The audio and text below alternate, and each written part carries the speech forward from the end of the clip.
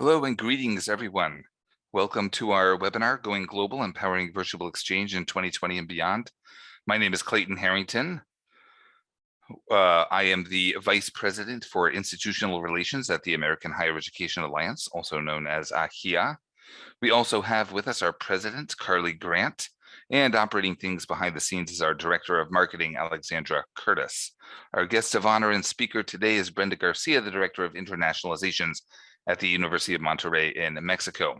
I'm also happy to announce that today we had over 170 participants registered from 41 countries, which is very exciting.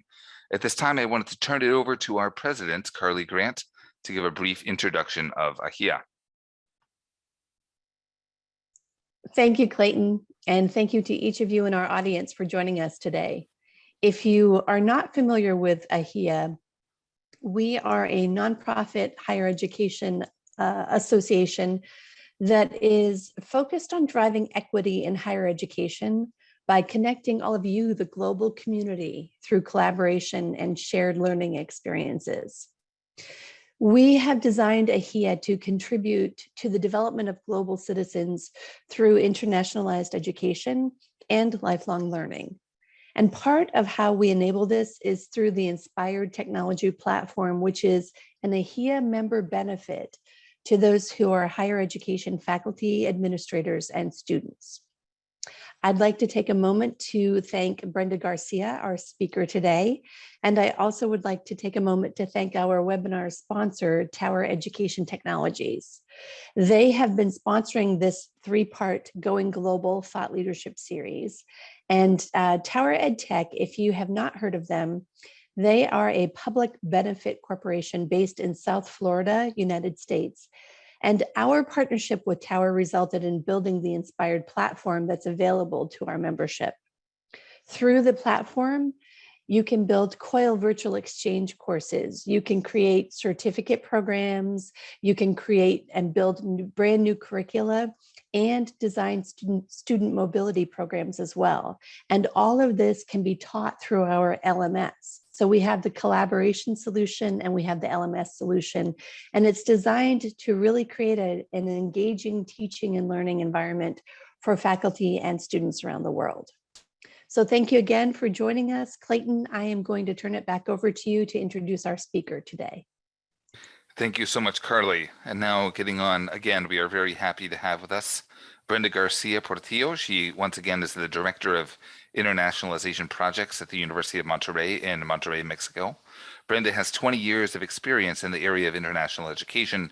Currently, her main responsibilities are the coordination of both intercultural competency training program at UDEM, the University of Monterrey, and internationalization at home initiatives such as COIL. She has been the coordinator for COIL and virtual exchange projects for approximately 10 years at the University of Monterrey. She consults on topics related to intercultural competencies and COIL in national and international forums. She's a co-founder of the Latin American COIL Consortium and part of the steering committee for the IVEC International Virtual Exchange Conference. She was the coordinator of COIL initiatives at the Compostela Group of Universities. In her tenure as COIL coordinator there, she managed the position at UDEM along with other Mexican higher education institutions with the highest participations in COIL projects at UDEM nationwide in Mexico.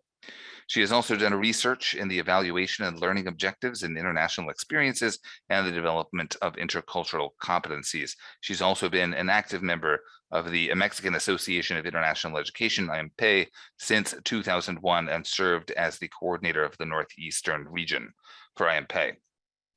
That is just a brief, that is the short version of Brenda's very extensive resume and experience within COIL and virtual exchange, but I will have to stop there and turn the floor over to Brenda.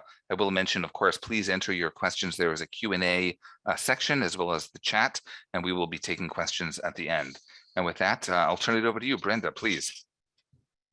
Thank you, Clayton. Thank you, Carly, Alexandra, for inviting me.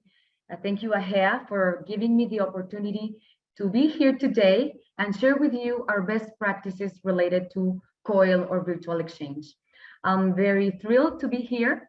I'll try to speak my best English as possible so the audience can understand me. And I'm gonna talk about UDEM experience, the University of Monterrey experience.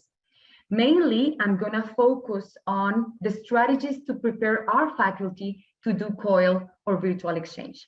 So this, the COIL theme or the COIL topic is very broad, and we will need more time than this to share other strategies that we are doing to do COIL, to assess COIL, to align COIL.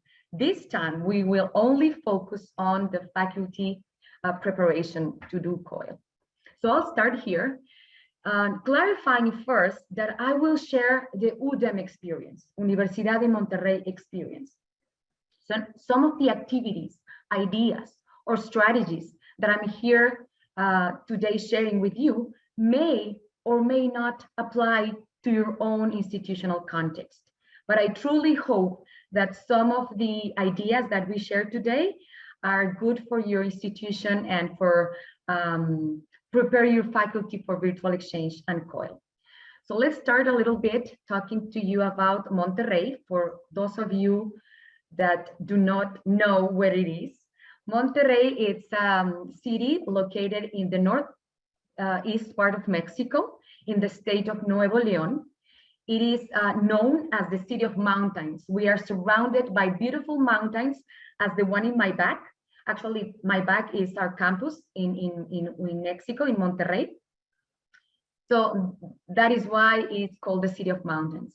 Monterrey is the third largest city in Mexico, in the country, followed by it's Mexico City first, then Guadalajara, and then Monterrey. So it is a very industrialized city, and it's one of the main business centers of the entire country. And that is why it's known also as the industrial capital of Mexico. So most of the exchange students that come to UDEM, they want to travel a lot as well to know different parts of Mexico. So this is one view of our country as well.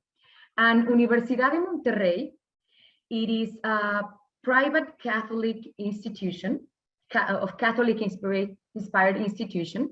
It is a non-profit higher education institution.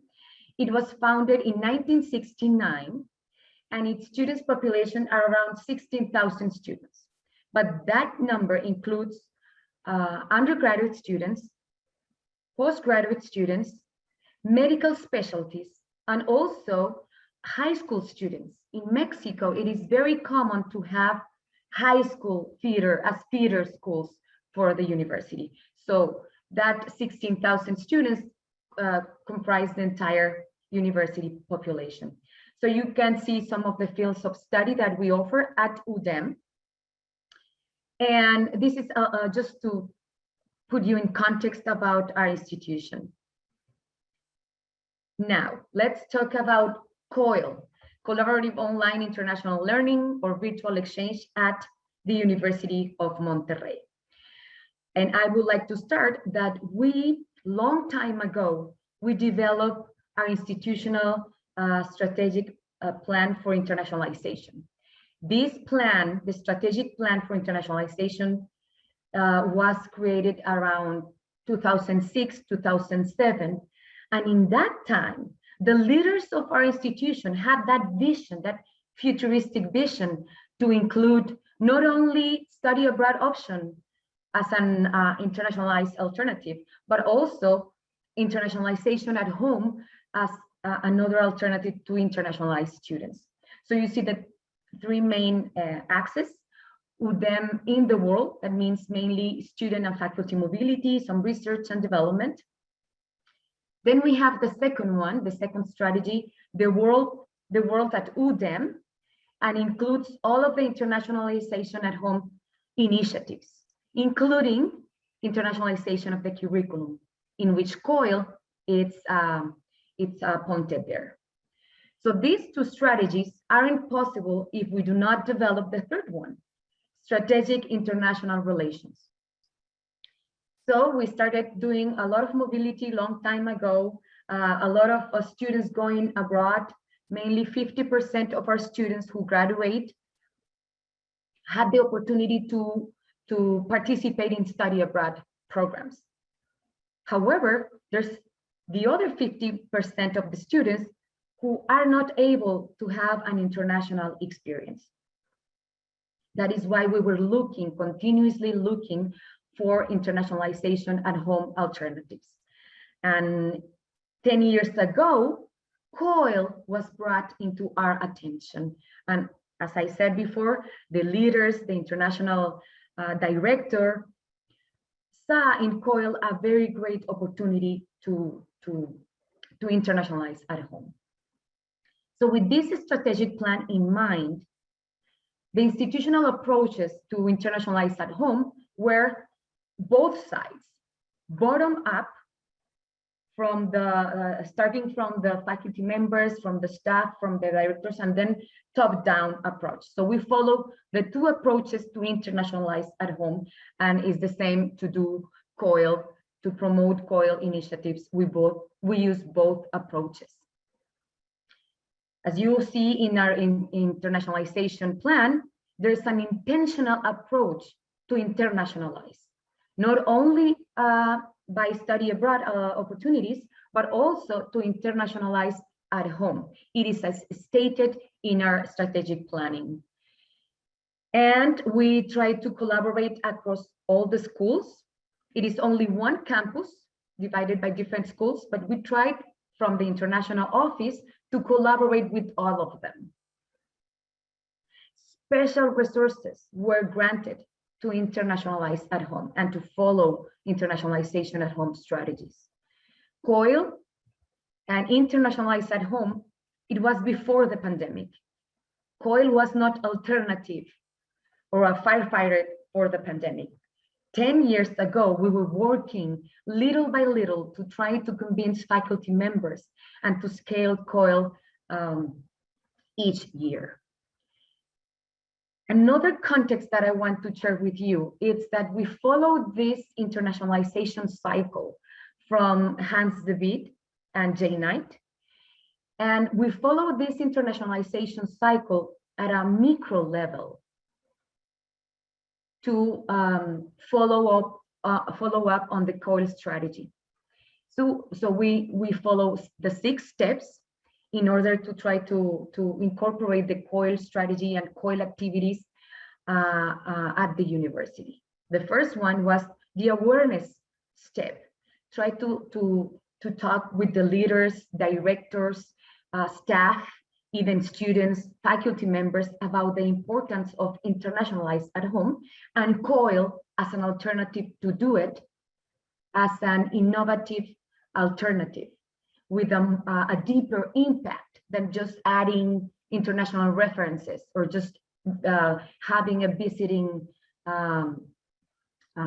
seminar, international visiting professor online or something. So we believe that COIL provides a deeper experience to internationalize at home. The second step was commitment.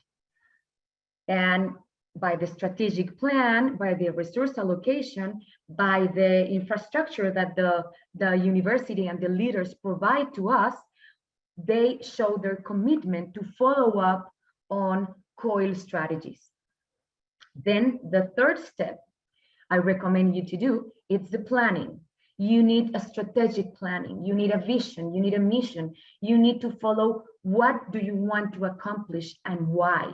You need to answer these questions in order to develop a strategic plan to do even COIL in each school according to the context of each school.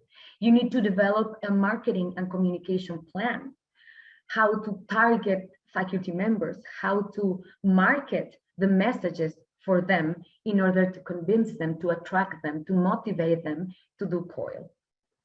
Then the fourth step will be operationalize. In Spanish, we said hacerlo vida. So it is very nice when you state mission, vision, and strategies and activities, and you printed it a very nice document. But if you do not do anything with that, it's not worth it. So that is why you need to operate this. All of the activities that you plan, You need to do it. So how we do it? How are we doing it?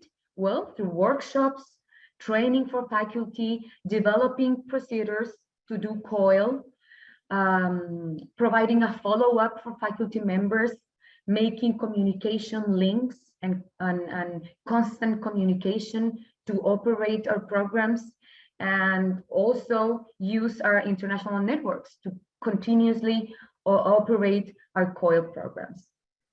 The fifth step is the review process. You need to assess what you do. You need to prove the impact of the COIL activities, that impact that the COIL activities have in the student learning process. We're getting there. We are not advanced in this stage, but that is part of our future goals. And then the sixth step in this internationalization cycle would be the reinforcement or recognitions for the ones who make it possible, mainly faculty members. So how do we recognize those who are in the front line of the COIL initiative, mainly faculty? So I will talk about it in the future. And then I believe there's a missing step here, and I will let you know which one I believe it is at the end of the presentation. So don't forget this cycle. If you want to start in doing something, take into account this internationalization cycle provided by the Vid and Jane Knight. It was amazing to us, and we are continuously reviewing the cycle to see if we are fulfilling all and each of these steps. So one of the main, I believe, one of the main benefits for us to do COIL and to achieve what we have achieved was the staffed appointment. I am the director for our internationalization at home activities. I'm in charge of developing the intercultural competence program for students. I'm in charge of organizing the international fair, which is a fair about 100 events per year. And we're celebrating one country each year. Today, we're celebrating Italy. So we develop more than 100 activities, academic, gastronomic, cultural, sport activities for the community to be involved in the internationalization at home activities. So that's, remember the strategy, the world at UDEM. What kind of activities can we do to bring international experiences on campus? And then my third biggest project is precisely COIL, or virtual exchange. So we try to internationalize at home at different angles, not only in the academic aspect through COIL, but also in the formative or co-curricular component through the program for the development of intercultural competences, and to the entire community through the international fair.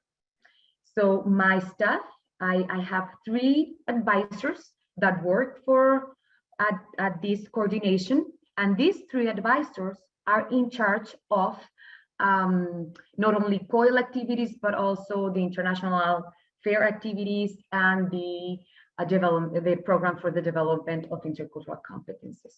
So I'm here. I'm the internationalization at home coordinator. I'm also the COIL coordinator for our university, and I have 3 staff members. They are the advisors, and they are divided by the school. So each advisor is in charge of the following up for each of our schools at the university. So Andrea is in charge of architecture, art and design, engineering and sustainability. Benny is in charge of business, education and humanities. And Blanca is in charge of law, social sciences, medicine, and the program for the development of intercultural competences. So this is a big help. I do not believe that the achievements of COIL wouldn't be possible if I don't have them. At the beginning, in 10 years ago, I didn't have this stuff. But when we show the results of the COIL projects and the activities, then the leaders start allocating more resources to our offices. When we started to grow and the demand, we had a lot of projects and faculty members, then we asked for more resources in order to continuously work. So let me go back to the presentation again. Just for, I will try to share so many documents as possible so you can have ideas. And then later I will share with you a drive in which you can download some of these documents. So we start in 2011, joining two main consortiums about COIL in those years, which is the Global Partners for Education, run by East Carolina University, and the SUNY COIL Center, run by the State University of New York. So we start from them. As I said before, the director for the international office was in one of these conferences, I don't know, NAFSA conferences, and he believed in this methodology. So we start our first COIL project, bilateral project. We learn from the best, we learn from these experts. Then on 2014, we start doing our own bilateral project with a bilateral partner. Then the next year, we were looking for other networks to do COIL. 2017, we developed our own faculty training on site. And then in 2018, we joined research project related to COIL, such as the Evaluate project in the European Union, sorry. And then 2019, we had our first paper publication with the School of Business. And I'm gonna make a pause here, which is sometimes we as international office, we do not think that it's possible to collaborate with faculty members, including in publication. So let's start thinking outside of the box. We need to do beyond administrative papers. We can collaborate hand by hand with faculty members, even for publication purposes. So we did that on the 2019. Then the pandemic was here in 2020, last year. So we were pushed to think outside of the box and say, okay, we are not able to do on-site training anymore. Let's go virtual. Let's plan a virtual training for faculty. And this was like the catalyst year for us in order to create more awareness around faculty members. They were looking for other alternatives to go online, but not only domestically, but also internationally. And suddenly, new global collaborations with COIL arise. With other partners, were looking for us to try to collaborate. Some other universities that didn't do COIL before, they call us to do COIL projects together. And now in this year, we are working on the improvement of our politics, procedures, and also assessment process to do COIL and virtual exchange. So through all this year, from 2011 up to date, more than 100 faculty members have participated in COIL projects. More than 7,000 students have benefited and have experienced this methodology. And more than 300 COIL projects have been done at the university. So we're very proud. It took us a long way, as you can see, and we start building new activities, new strategies to convince our faculty. Right now, we still have the same issue in how to attract faculty members to do COIL.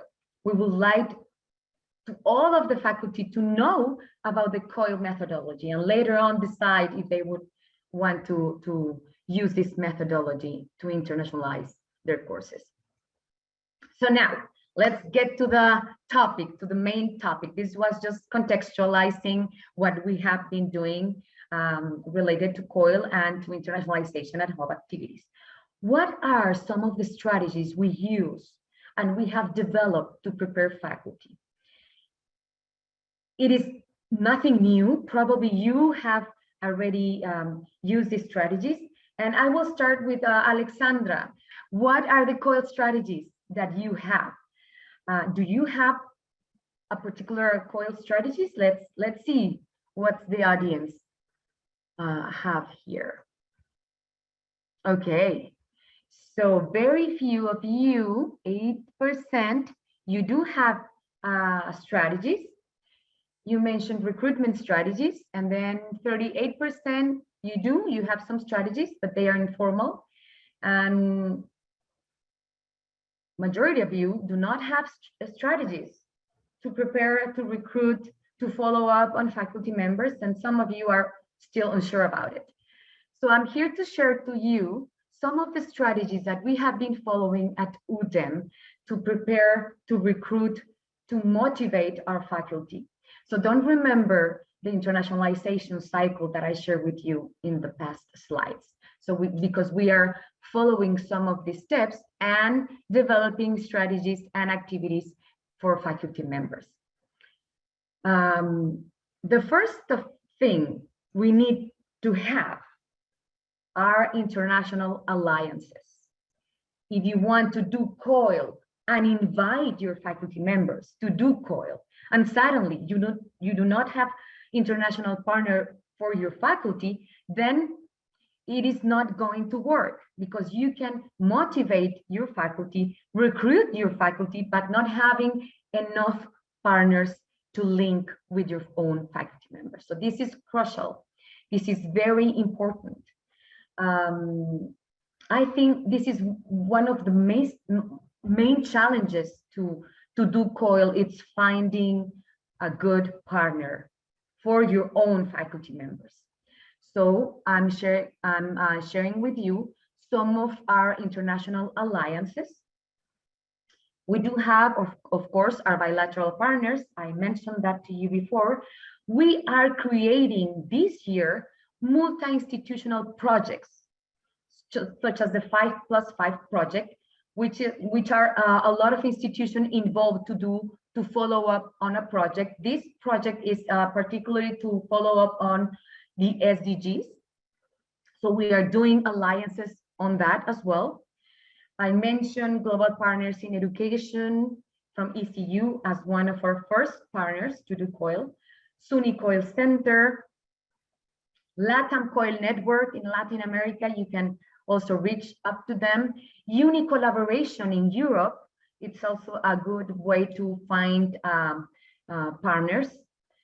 ODUCAL, it's more exclusive. I don't know if this word it's good to use, but this is in Spanish from the Organización de Universidades Católicas de América Latina. So this is a network of Catholic universities from Latin America.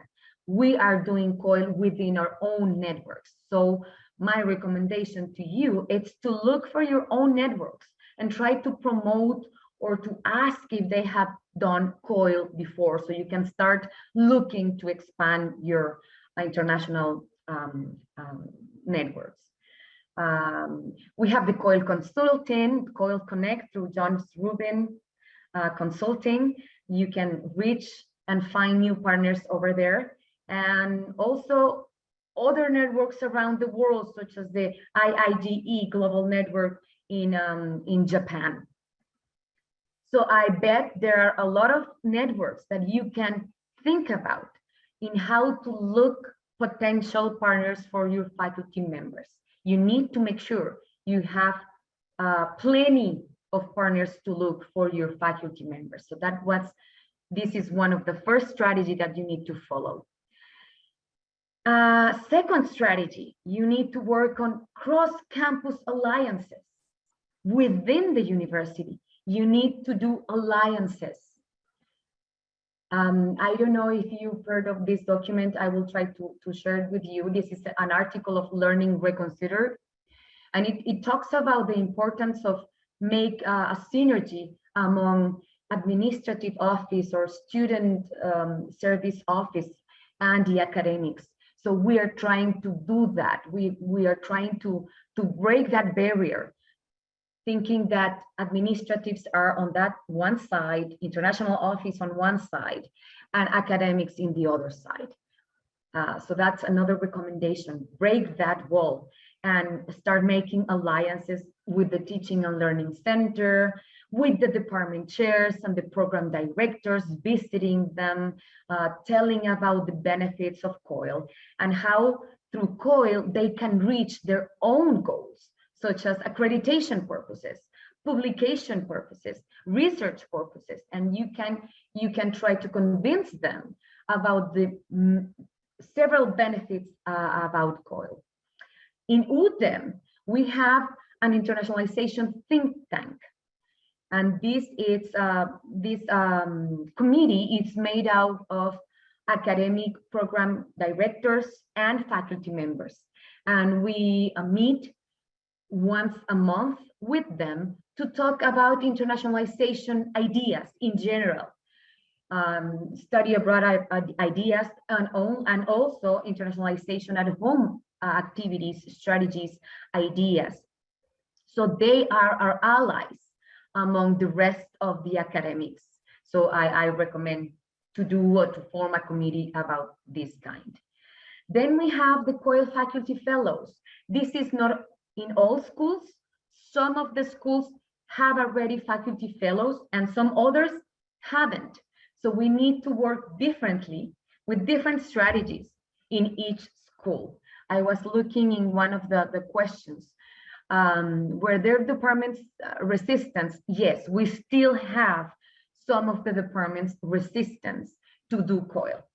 I'll show you some numbers and example of the School of Business and the School of Humanities are very high on COIL initiatives, but then the School of Social Sciences have done very little projects around these 10 years. So we need to develop new strategies. We are working on that. Not have them yet, but we're working on that new strategies to get those schools that show some resistance. So guess who has the faculty fellows? Precisely the School of Business. That's the only school that has appointed faculty fellows to do COIL. So we want to replicate this idea around the rest of the schools. How do we recruit? And then before going into this, I want to ask the second poll question. Is there a COIL coordinator at your institution?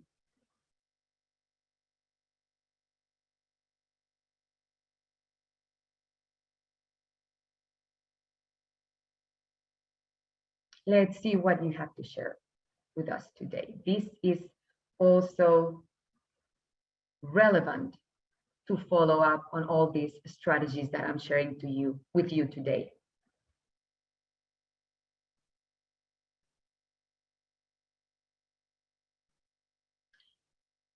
No, majority said no. Okay.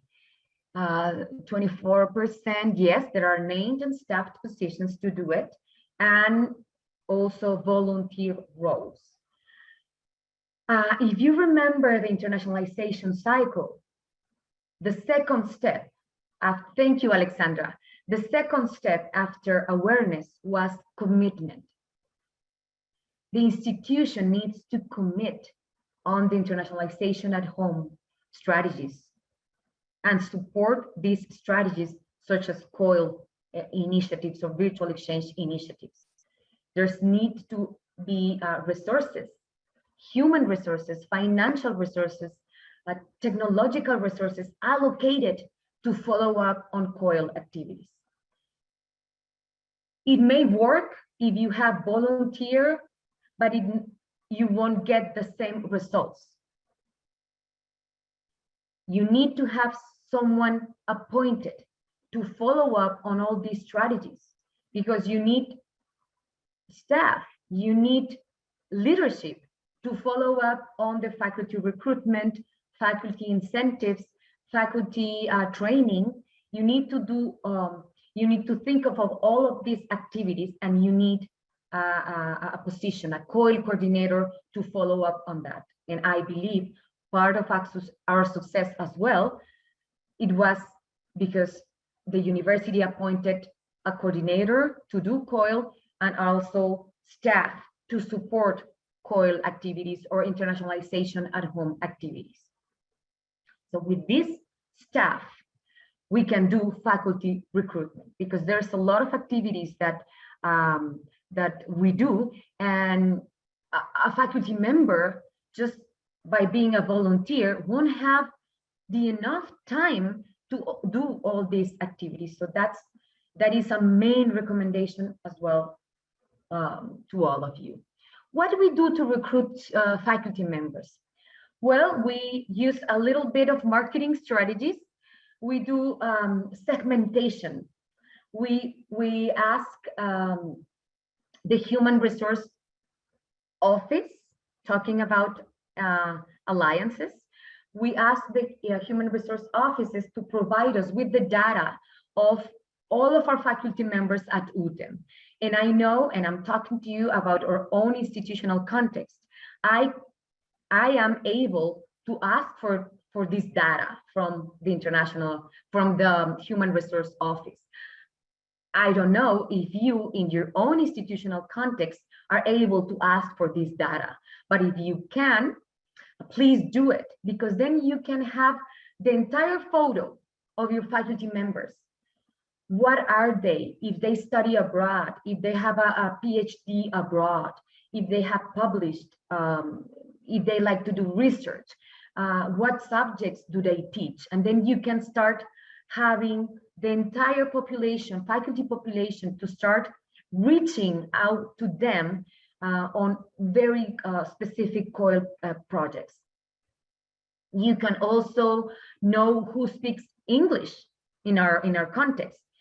So those professors, those faculty members could be more willing to do COIL on the first time. And if you do have a Spanish-speaking professor, then you will invite them to do COIL within Latin America or Spain. So that is important, to know the faculty you're working with and what are their characteristics, to see if they have previous international experience. And then we can also use historical data about COIL. We do have all of the information since 2011, the year that we started doing COIL. We have all that information that is useful for us to contact academic directors, academic chairs, and tell them, you know, in 2013, this course about business ethics had a COIL project. Let's do it again. And we use this historical data to invite directors and faculty members to do it.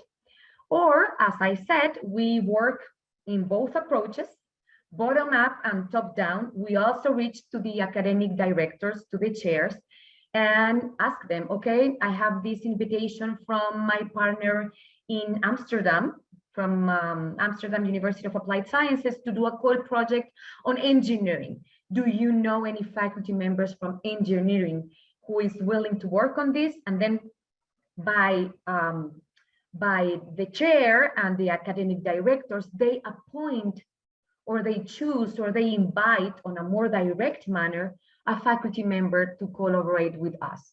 So we use several strategies and several approaches, both sides, in order to get into faculty members. How do we recruit them?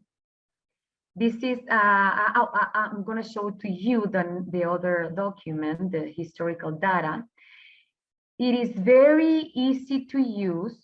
We had to learn how to market, how to use data, how to use technology to improve the activities we do at the international office. We have this amazing tool. This is the Data Studio, and we start with Excel data. You put it into this program, and you get this report. So right now, if I want to go into history, and I said, okay, let me know in 2017, what COIL projects did we do. Okay, no, sorry. Let me see. Recent one, I don't know if someone is, we were updating the information for the 2021, so probably it's not complete. So for the 2015 and 2020, and then I would like to see only for the fall semesters, let's say fall 20 and fall 15, and then I'll go to do this data, and I say in fall 15 we had 8 COIL projects. 7 professors were participating, 100 students were benefited, and 8 projects were done, mainly in and then we have the schools, 5 in the School of Education, 1 in the School of Business, 1 in the School of Art and Design, and 1 in the School of Engineering. And then if I want to go further, then I say, how were the faculty members? And then I have all the information. The school, the department of that school, the name of the faculty member, the country in which he collaborated, and the name of the course he collaborated with, and then some IDs for the course. So I have all this information. If I want to know if I had any COIL projects with Germany that year, okay, then I'll have this information. So data is also a key to do further activities and to have that historic, that it is useful for the future as well. So it says here in this data tool that yes, in Germany, there were 6 projects developed in Germany. Let's see which countries. In Germany.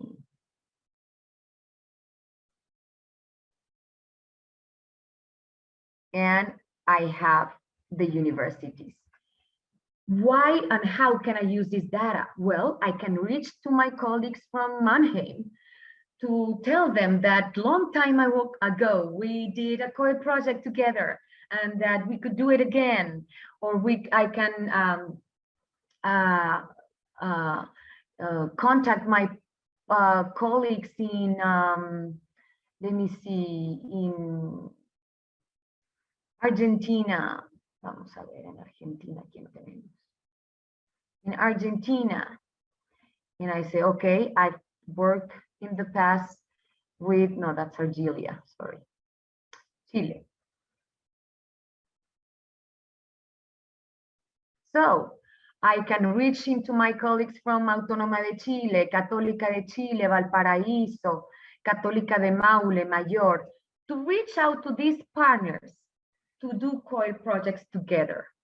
So this I strongly recommend to you as well, to use a data system so you can have this information for the decision-making process in your activities and strategies to do COIL. So when we recruit, we also follow communication channels or methods to recruit faculty members.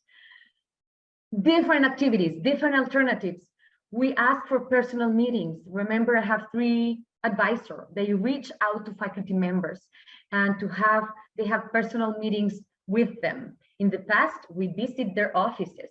Now it's only through Zoom, but we still have personal meetings with them. We have personalized emails, not just general emails to all the faculty. They like to be directed by their name. So that's a good advice for you. This is kind of the email marketing research that you have to do to reach out to your faculty members. We do have a newsletter with all of the international activities, not only COIL activities, but we include COIL activities in this newsletter that is spread to the entire institution. Some of them read it, some of them not, but we are trying to be present in each of the communication channels that we have at the institution.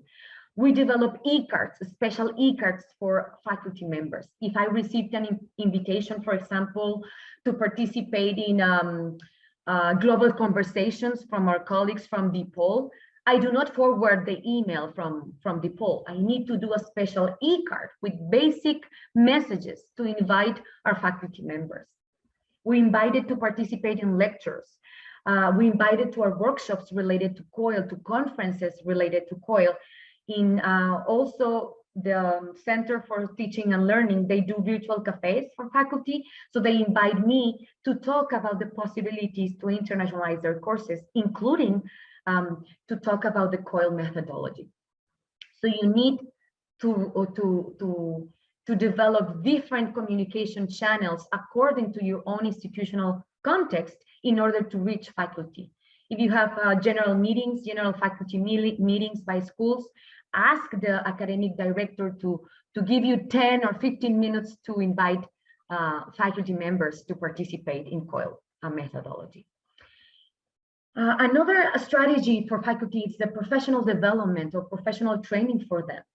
As well, we reach different alternatives. We use different alternatives to use this. We have our own on-site training for them. This is an intro to COIL workshop, open to all of the faculty members, an open invitation to all, or even we ask schools if they want us to prepare a tailor-made workshop for the faculty for humanities. We prepare the training for only for the faculty of the humanities school. So we are here as the international office to do easier activities for the faculty members, so they won't have any problems in the future. We also use our COIL partners alternatives when some of the institutions, so some of our bilateral partners offer training for our faculty members who are collaborating with COIL projects with them. So I can name a few. Our faculty members receive training with DePaul University, with Amsterdam, or in Canada as well. They receive training from our bilateral partners. So look for those possibilities as well. And we also offer off-site training to some of them. Remember, we do not have enough budget for all of them, but with the budget we have, we can also offer off-site training with some of third-party providers. I name a few alternatives for you to have. We have used uni collaboration training. We have used the SUNY COIL Center training or further training for faculty members. We've sent faculty members to Florida International University. So you need to look what is outside to continuously offer professional development for faculty members. Another alternative that I didn't mention is conferences. IBEC just passed in the past week. IBEC conference was there, so we invite some of the faculty members that are really engaged or beginning to engage with COIL. We invited to the IBEC conference for them to participate and get more information and formation about COIL and virtual exchange alternatives. Don't forget incentives or recognition for faculty members. This is also, remember, internationalization cycle, recognitions for those who make it possible. We do have an annual luncheon for faculty members, so we will have it in November, and all of the faculty members who did COIL this year will be recognized with a special mention and a special certificate. But we also invite past participants in COIL to this luncheon.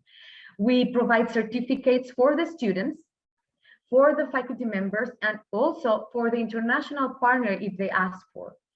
We send special messages for COIL faculty around the year, even we have in Mexico Teachers Day, so we send special message for Teachers Day. We send special message for their birthday. We send special message for if we receive an article about COIL, or if a faculty member publishes something about COIL, we send congratulation messages to that faculty member. We have some travel grants for some faculty members to visit their COIL partner. We haven't used this travels because of the pandemic, but we are eager to use them next year to see if some of our faculty members, let's say around 5 faculty members, can have these travel grants to visit their COIL partner. And we have each year an internationalization at home award. This is at an institutional level, not at the office level. And we invite our faculty members to participate in these awards. So this is the way we recognize our faculty member. I was reading one of the questions. We do not give release time for those faculty members yet, but we have stated and developed a statement letter for our president with different alternatives to incentive or motivate our faculty members. And some of the statements are precisely release of time or even stipend for them. We haven't reached that yet, but we're in the process of asking for that. Okay, and then my time is almost over. We do also, as another strategy, the faculty follow-up. We want faculty members to see us, an international office, as a support office. Probably in your institutional context, the COIL coordinator won't be at the international office, but make sure that the office in which COIL coordination is, see you, the faculty members see you as a support offices. I strongly recommend to you to create this environment that encourages and supports faculty to do COIL, that is easy for them to do. For example, translation services. I need their syllabus to be translated. I help them to translate, and the staff.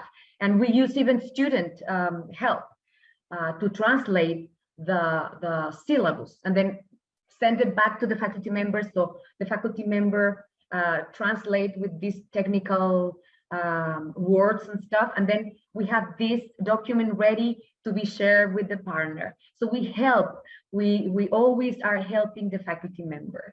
We are in constant communication with COILers or with the COIL faculty.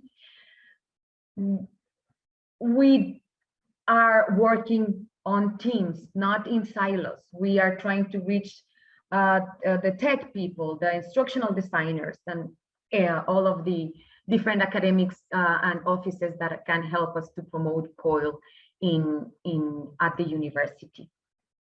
What are our next steps? Well, in these future years, some of new strategies that we are working on, we want to develop intercultural training for faculty, because we do not have that yet for faculty members, and we believe it is very important also for them. We are working on develop digital badges for faculty who do COIL, and for students as well. We want to go deeper on assessment. We do have pre and post assessment around COIL, but right now we're working with a faculty member researcher from the School of Education, who is going to work with us on a COIL project, research project to do assessment. So we are again working administrative office hand by hand with academics. We want to go not only from the quantitative, we want to go deeper on qualitative. We want to assess and do research on what it has been the impact of COIL methodology in the student learning process. What have been the key sources of success? Again, you may imagine them already. Institutional alignment. We have an institutional strategic plan for internationalization, and that is a great accomplishment. We do have a COIL coordinator. It's a centralized office that is in charge of running all these faculty strategies. We have resources allocated to follow up on internationalization at home strategies as a whole, but COIL is one of the main activities that we do. We believe, and our leaders believe, that COIL is a permanent and alternative, sustainable alternative to internationalize at home and to develop intercultural competences. And probably that's the key, the main key, that the leaders believe and are aware and committed about COIL methodology. Remember the internationalization cycle? Just to close up, I think the missing link is continuity and improvement. We need to make sure this cycle is continuous, that we are improving our communication methods, our marketing methods to strategy, our professional development alternatives for faculty, in order to make the COIL strategies a very alternative, an alternative to internationalize at home. So it's almost over. Sorry if I passed the time, but I'm very glad that I could share with you some of these strategies. I'm going to stop sharing and let you know if I have time. I don't know if we have time or just go to questions. Yeah. No, thank you, Brenda. That was absolutely fabulous. Time for, did you have one last little bit here? I was hoping we would go a little bit past the hour to get to some of the questions, if that's okay. Okay. Oh, once again, thank you very much. That was outstanding information. We do have some questions. I believe the first two you maybe covered a little bit during your presentation. The first was, of course, are there departments where there is still resistance to this model? I think that you talked about that a little bit. I don't know if you wanted to add. Yes, we do have resistance with some of the departments. What we have done is that we create special presentation by school, and we are reaching the academic deans in order to share the status, the actual status of their department. And so we said, okay, the School of Business has these COIL projects, and the School of Social Sciences has only, I don't know, 5 COIL projects. We are aware that each school is different. We cannot state or state the same goals for each school. So probably the nature of each school is different, and then goals, COIL goals, need to be stated according to the nature of each school, nature and necessity, and as well faculty segmentation according to each school. Wonderful, excellent. I believe this other next question you addressed as well about release time. So if it's okay, I'm going to move on to the third question here. What is your COIL faculty fellows' responsibilities, and do you provide incentives for the COIL faculty fellow? Yes, you know, we do not. We do not provide incentives for them. And as I said, this is very new. They were appointed at the School of Business. The dean of the business school is very into COIL. He is a COIL ally, and he appointed them. He appointed 2 professors, 2 faculty fellows to do COIL around the School of Business. We haven't, I do not have yet a system of incentives for them, but those were the ones who I invite to IVEC, for example, to the IVEC conference, and those are my champions faculty members. So, but I wish I could have more incentives for them. As the program grows, I may need to develop those strategies, incentives for them. Very good. The next question is, how do you support your faculty one-on-one for PD, which I assume is professional development? I mentioned to you, I do not have enough budget for all of them, but we try to choose that faculty that is continuously doing COIL, committed to COIL. So I start looking at the data. I say, okay, this faculty member has done 5 COIL projects in this past 5 years. He is a champion. We need to provide more PD for that faculty member. So that is why you need the data to make decision in which faculty member to support with the restricted budget you have. You need to make decisions, and I would support that faculty members that is committed and engaged with COIL and willing to grow more on this methodology than the one who did it in 5 years ago and nothing more. But I try to reach that on other ways to make him come back to the el redil. I don't know how do you say this in English.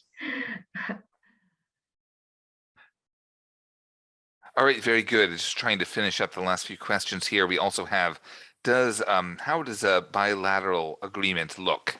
Do you sign a memorandum of understanding? You know, probably you may see we work all these ways. We work as well 2 ways.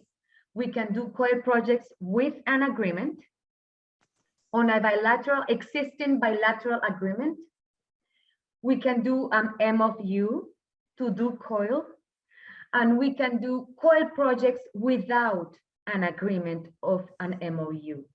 It was funny, I don't know if my colleagues from DePaul University are here, but I've been working with them like 3 years or 4 years ago, and I was talking to Gian Mario Vesan. I say, do we have an agreement? We didn't have an agreement. And we are so close together, and we say, okay, it's time to sign an agreement. One of the benefits of COIL, it's even that you can work on a relationship first, and then later on do an agreement to continuously collaborate with that partner. So it works different ways, different alternatives. I ask you and invite you again to, if possible, go outside of the comfort zone and try to work with different alternatives possible. Very good. And we have 2 more here. I see another one just came in through the chat section as well. The next question is, to consider a class to be a COIL course, does it have to be a collaboration with students from another institution, or can the collaboration be only with faculty and community members? For instance, to invite a speaker from another university to come to the class and work with the students. And can that be seen as using COIL methodology? I have my own thoughts here, but you're the expert, Brenda, so please go ahead. This is also my opinion. We have thought about it. We could do interdisciplinary collaboration. We could do national collaboration, and we could do international collaboration. At this moment at UDEM, we have chosen international collaboration, but we are not closed to the idea to expand into do interdisciplinary collaboration and national collaboration. And let me tell you why I think this is possible. Because intercultural competences are transversal. I can work with my partner in Mexico, in the south center of Mexico, and they're different. They have a different culture. I can work with different disciplines and they're different. And by doing this kind of collaboration, I can still develop intercultural competence, empathy, tolerance, adaptability, flexibility, respect, communication. So that is why I believe this is possible. We have not done it yet because we're just so focused on the international first, but yes, that is also on our wishing list in the future, because we're so many into COIL internationally. Thank you so much, Brenda. Again, I apologize. There are a couple of other questions here, but I think that we're just about out of time. So we will do our best actually to follow up with the additional questions that have come in and see if we might be able to answer them. Again, Brenda, can't thank you enough for your participation. I'm going to share my screen again here at the end as we wrap things up. And Clayton, as you're bringing that up, Brenda, I know you mentioned the drive and sharing a drive. Yes, I'm gonna share the link through the perfect through the WhatsApp. You can there's some ads, videos, There's a diagram flux that we follow to do the COIL partnering process. And there's the list of faculty members who are looking for partners already. And you have I'm gonna put my email address as well, in case you want to reach us. I'll be happy to collaborate with all of you and to do more COIL projects and share ideas and strategies. Thank you, Brenda. That's very helpful. And Clayton, I will turn it back to you.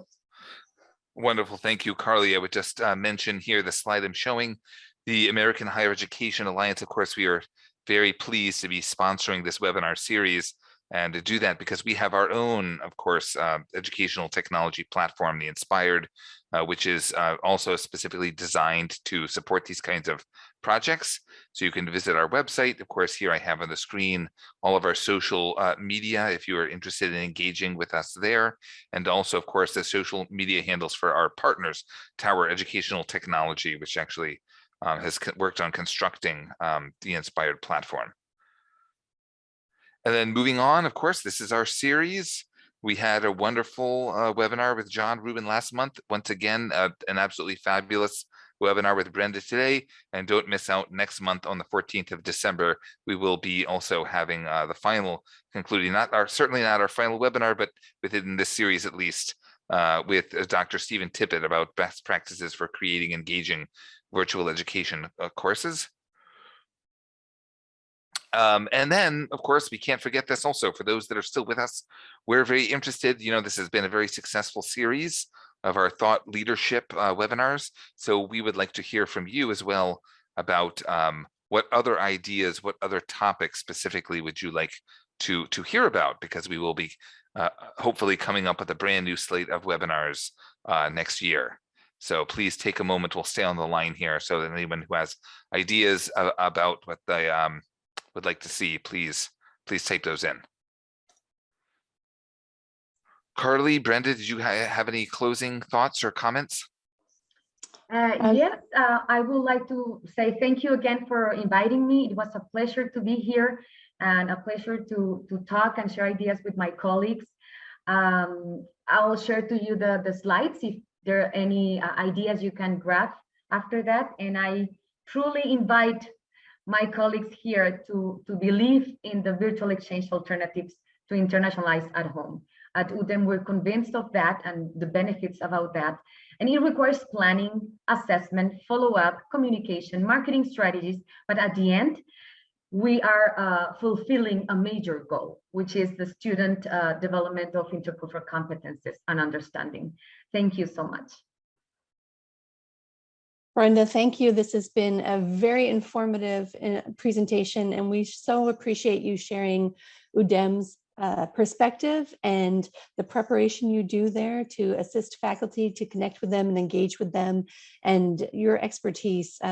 It's been a really dynamic presentation, and thank you so much for sharing your time and your experience with us. We greatly appreciate it. Thank you, Carly. Gracias, muchas gracias.